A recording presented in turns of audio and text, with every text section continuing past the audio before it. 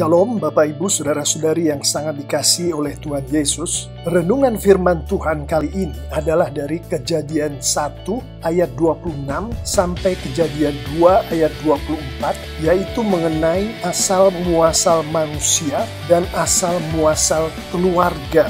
Adapun tema yang dipilih adalah keluarga sebagai lembaga ilahi. Kali ini kita hanya akan membicarakan beberapa ayat saja. Untuk nas di mana ayat-ayat yang saya akan bicarakan ini berada, Alkitab terjemahan baru memberi subjudul Manusia dan Taman Eden. Saya akan memulai renungan kita ini dari Kejadian 2 ayat 15, yaitu tentang asal mula keluarga. Ayat 15, Tuhan Allah mengambil manusia itu dan menempatkannya dalam Taman Eden untuk mengusahakan dan memelihara taman itu. Firman Tuhan memberitahukan kepada kita pada awal dari terbentuknya keluarga ini, Tuhan menciptakan manusia pertama, yaitu seorang laki-laki, bukan seorang perempuan, bukan seorang transgender, seorang laki-laki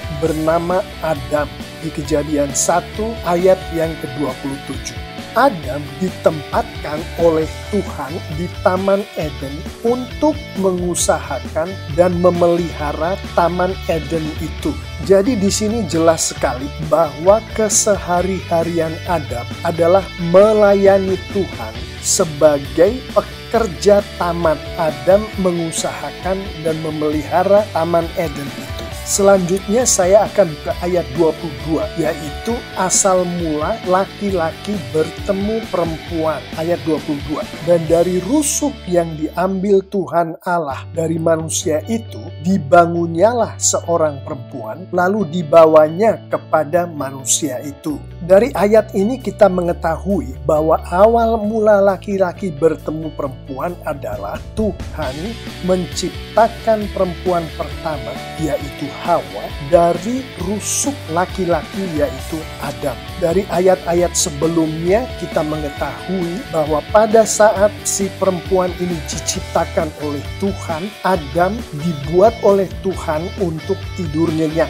Kemudian rusuknya diambil, kemudian diciptakanlah seorang perempuan dari rusuk Adam itu. Kemudian Tuhan membawa perempuan itu kepada Adam. Saat itulah Adam untuk pertama kalinya bertemu dengan Hawa. Saat itulah untuk pertama kalinya seorang laki-laki bertemu dengan seorang perempuan. Perhatikan di sini bahwa pertemuan antara si laki-laki dengan perempuan ini terjadi karena Tuhan yang mempertemukan, bukan karena Adam sedang mencari-cari seorang wanita untuk dijadikan pasangan hidupnya. Perhatikan pula pada saat itu Adam perhatiannya terpusat kepada melayani Tuhan sebagai pekerja Taman Eden. Ayat 23 menunjukkan awal interaksi antara Adam dan Hawa, atau boleh kita katakan awal dari relationship, hubungan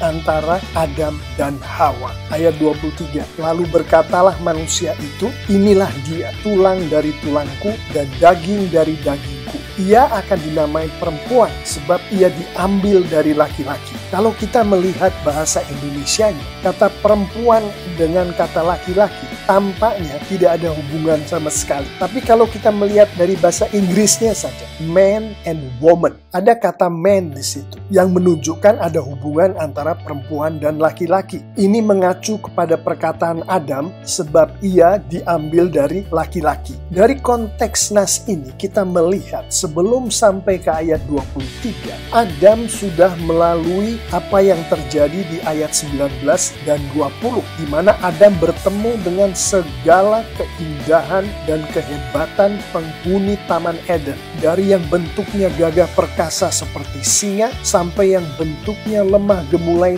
dan halus seperti burung cendrawasih. Namun tidak ada satupun yang membuat Adam jatuh cinta. Kita juga tahu Adam melalui ayat 21 dulu sebelum sampai ke ayat 23, di mana di ayat 21 Adam dibuat oleh Tuhan tertidur nyenyak. Ini seperti orang yang dibius total pada saat akan dilakukan operasi besar terhadap orang itu. Karena yang terjadi pada Adam saat itu boleh dibilang seperti operasi besar. Tulang rusuknya diambil, kemudian ditutup lagi dengan daging. Setelah operasi besar oleh Tuhan di dalam tanda kutip tadi yang menghasilkan Hawa, lalu Tuhan membangunkan Adam. Jadi pada saat itu sebetulnya Adam sama sekali tidak tahu Hawa itu asalnya dari mana, apakah dia diciptakan dari bunga atau burung merpati. Adam sama sekali tidak tahu. Yang dia tahu adalah Hawa berada di depannya, diberkatkan oleh Tuhan kepada dia. Dari perkataan Adam sendiri di ayat 23, kita tahu bahwa Adam langsung jatuh cinta pada Hawa. Bapak, Ibu, saudara-saudari yang sangat dikasihi oleh Tuhan Yesus, Alkitab tidak menunjukkan kepada kita apakah Hawa itu orangnya lemah gemulai atau cantik jelita. Alkitab tidak menyebutkannya kepada kita. Yang kita tahu adalah Adam jatuh cinta pada Hawa. Kalau kita melihat konteks daripada nas ini, kita mengetahui bahwa cinta yang semacam yang dimiliki oleh Adam itu bukan karena penampilan fisik daripada si Hawa, tapi jelas-jelasan ini adalah semacam cinta yang diberkatkan oleh Tuhan kepada Adam. Selanjutnya kita ke ayat 24, yang mana ayat ini kalau kita lihat dengan mendalam, kata akan yang ada di ayat ini, kita mengetahui ini adalah fase yang berbeda dari fase sebelumnya. Ini yang saya maksud dengan fase yang berbeda itu. Ayat 24, sebab itu seorang laki-laki akan meninggalkan ayahnya dan ibunya dan bersatu dengan istrinya, sehingga keduanya menjadi satu daging. Kenapa dikatakan asal mula pernikahan antara laki-laki dengan perempuan?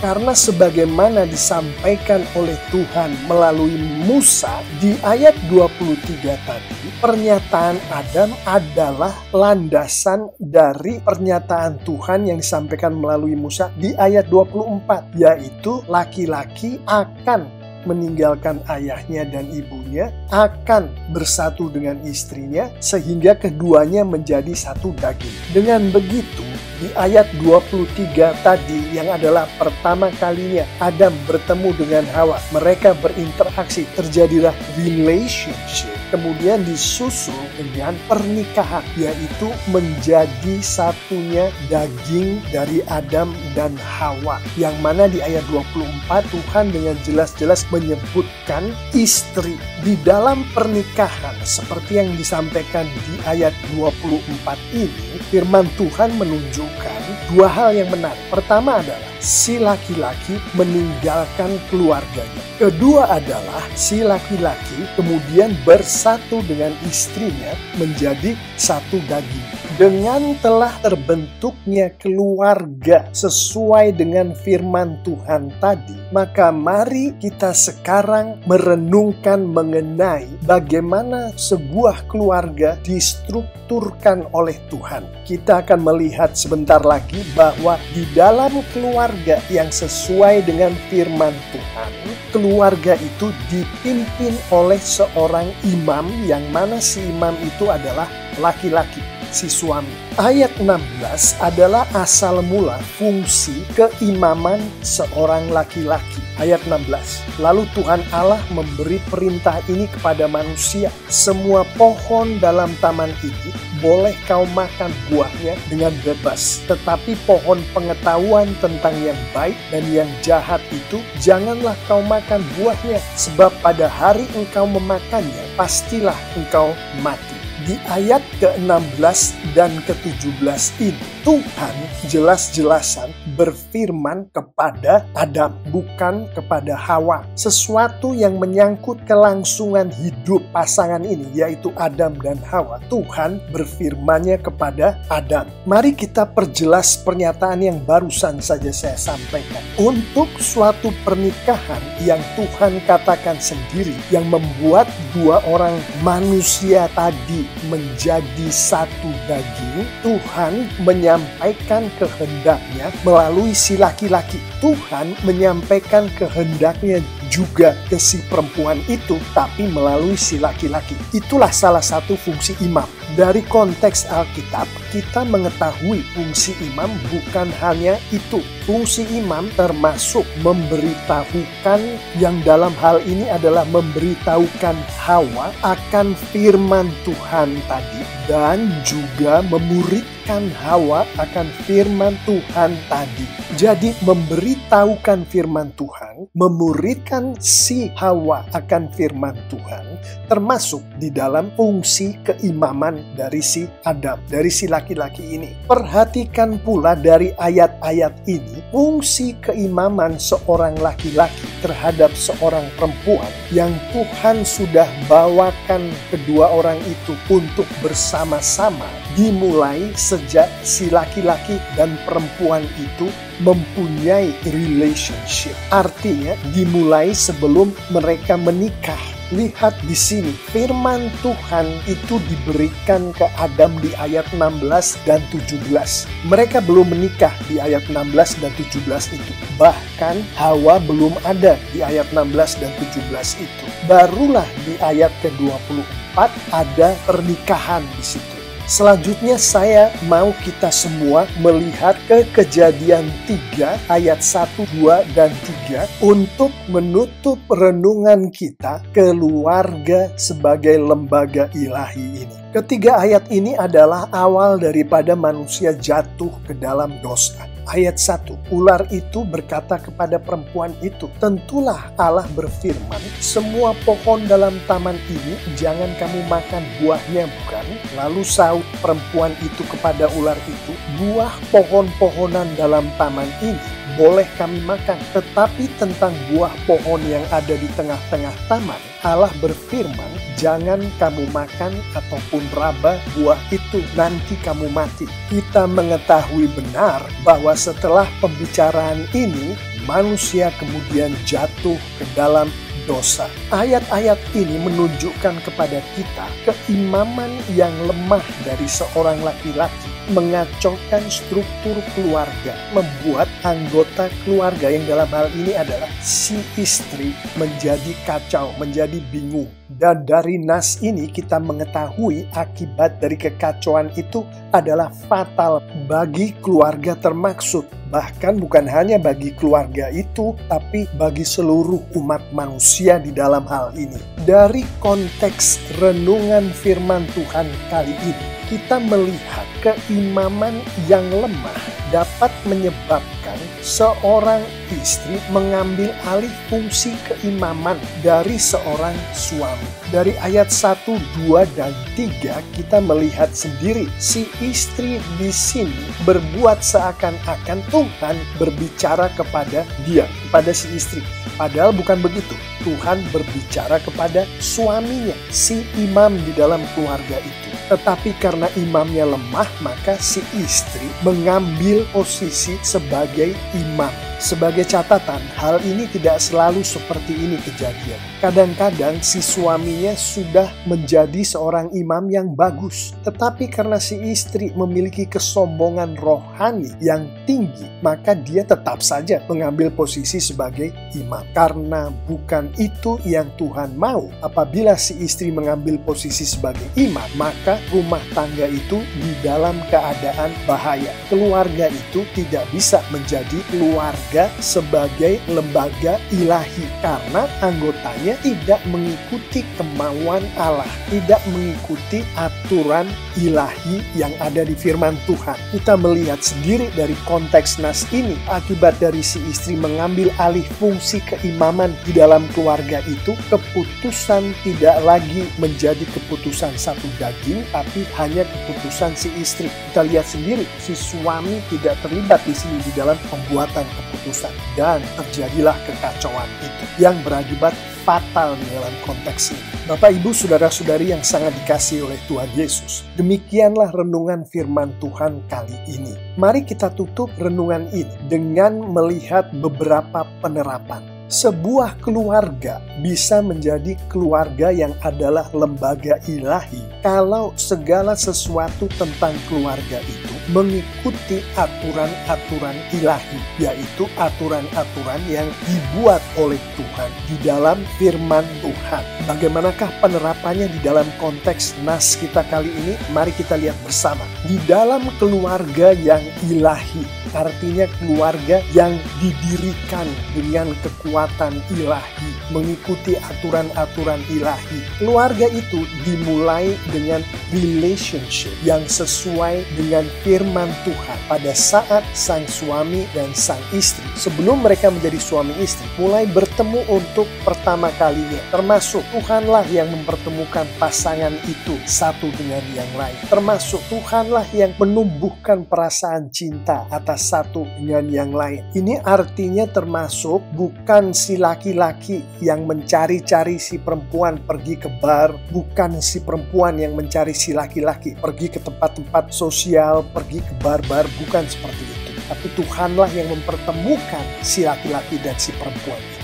Termasuk juga perasaan cinta yang tumbuh antara kedua orang itu. Bukan karena hal-hal yang sifatnya fisik, bukan karena hal-hal yang sifatnya duniawi, harta benda, kekayaan, kecantikan, kepandaian, dan lain sebagainya. Tapi karena Tuhanlah yang menumbuhkan perasaan cinta atas satu dengan yang lain. Firman Tuhan juga mengatur fungsi keimaman, fungsi kepemimpinan di dalam keluarga yang ilahi dilakukan oleh si laki-laki, dan itu dilakukan sejak saat relationship terjadi. Bagi keluarga yang ilahi, setelah relationship itu diangkat oleh Tuhan ke tingkat selanjutnya, yaitu menjadi pernikahan, maka pernikahan itu juga terjadi berlandaskan firman Tuhan. Harus ada saling jujur dan terbuka satu sama lain di dalam pernikahan itu. Fungsi keimaman harus ditegakkan dengan baik, bukan hanya si suami sekedar memberitahu mengenai firman Tuhan,